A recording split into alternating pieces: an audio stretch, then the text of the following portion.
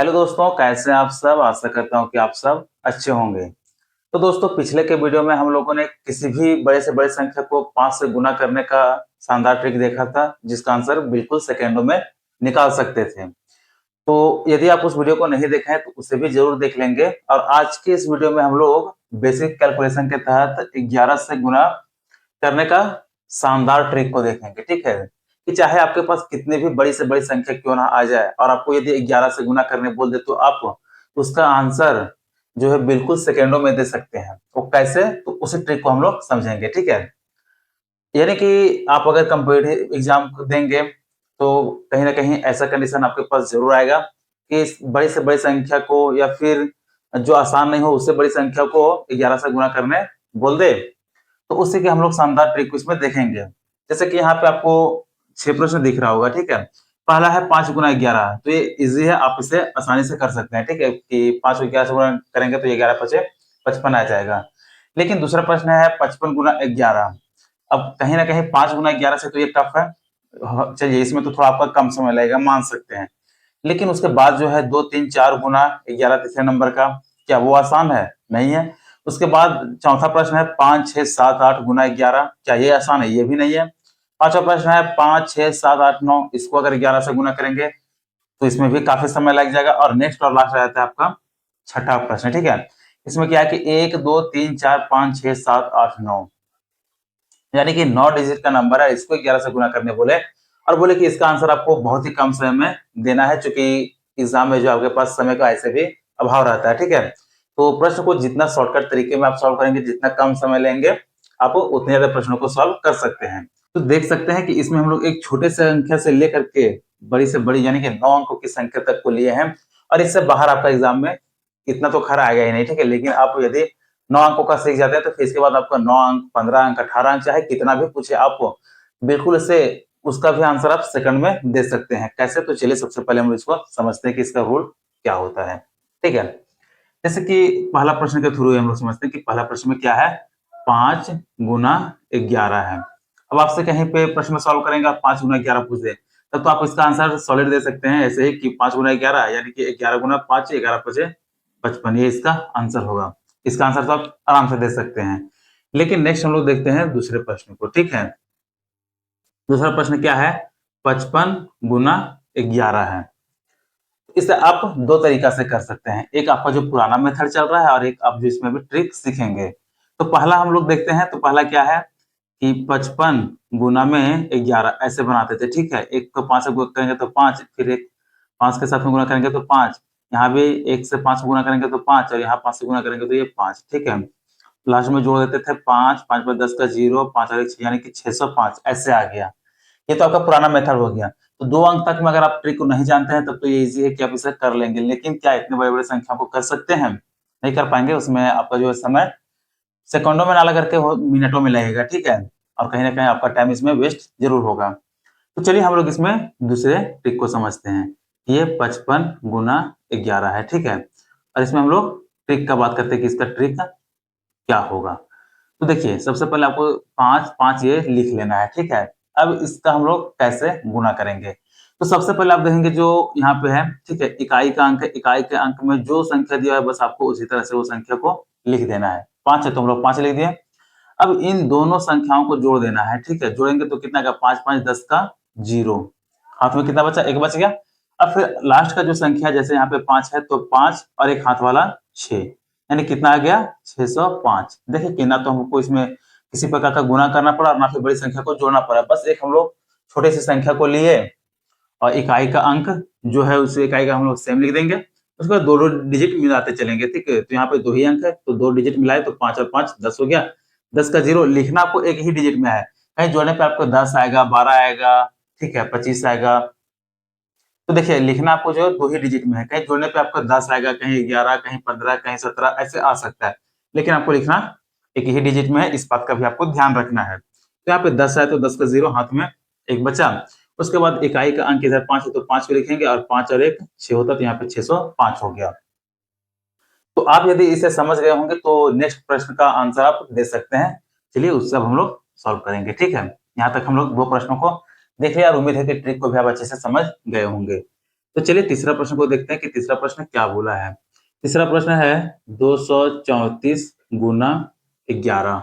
अब इसे हम लोग कैसे गुना करेंगे? तो इसमें भी आपका दो तरीका आएगा। एक तो जो पुराना तरीका जैसे बताया, इसको आपको नहीं गुना करना है, ठीक है। ये पुराने जमाने में बच्चों वाली थी, जब आप ट्रिक को नहीं जानते थे, और अभी के एग्जाम में आपको इस प्रकार से सॉल्व करेंगे तो फिर आपका एग्जाम निकल पाना ये मुश्किल हो जाएगा। तो चलिए इसमें भी हम लोग ऐसे करते हैं कि 234 गुना 11 है, ठीक है।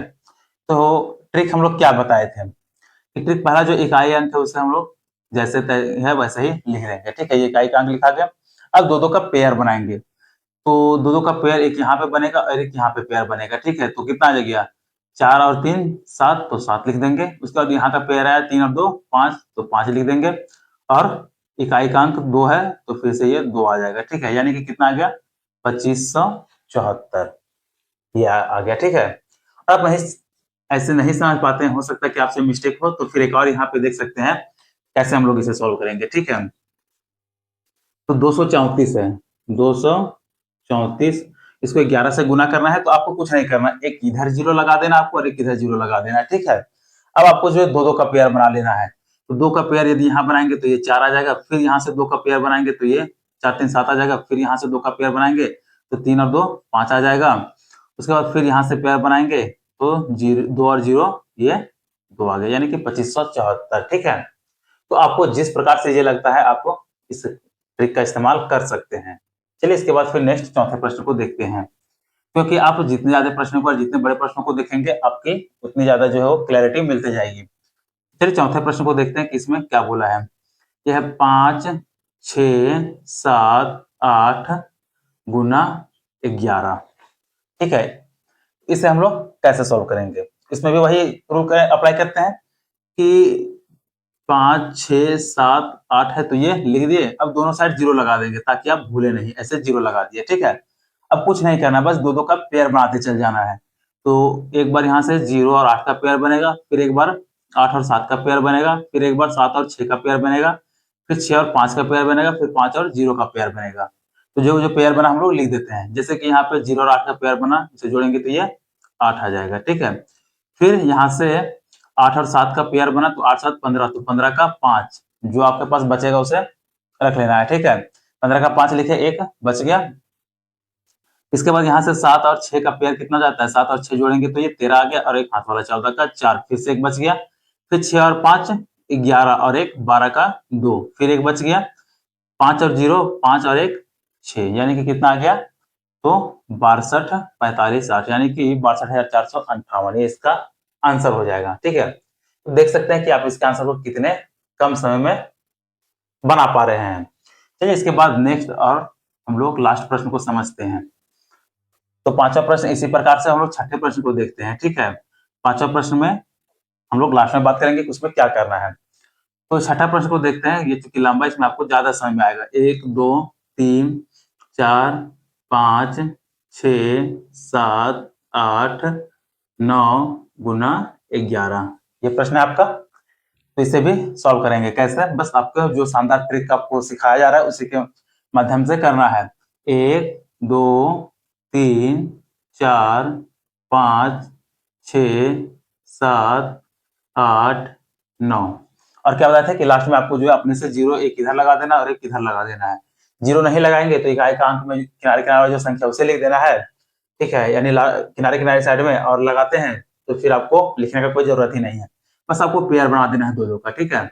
0 और 9 का, 9 और 8 का, 8 और 7 का, 7 और 6 का, 6 और 5 का, 5 और 4 का, 4 और 3 का, 3 और 2 का, 2 और 1 का, 1 और 0 का।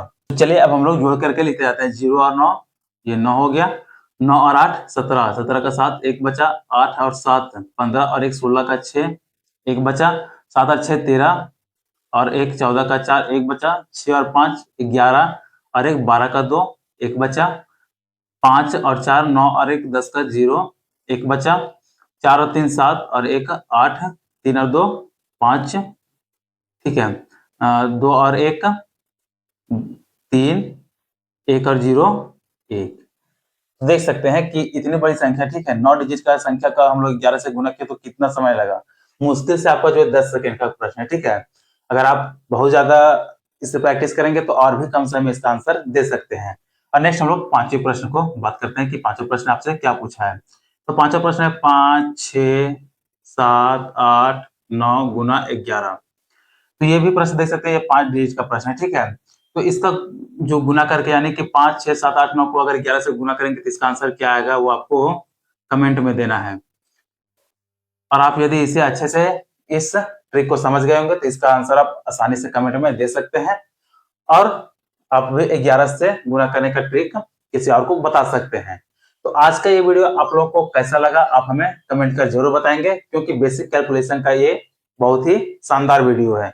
तो यदि वीडियो अच्छा लगा हो तो ऐसे ही वीडियोस के लिए आप हमारे चैनल को सब्सक्राइब कर हमसे जुड़ सकते हैं और नए नए चीजों को सीख सकते हैं।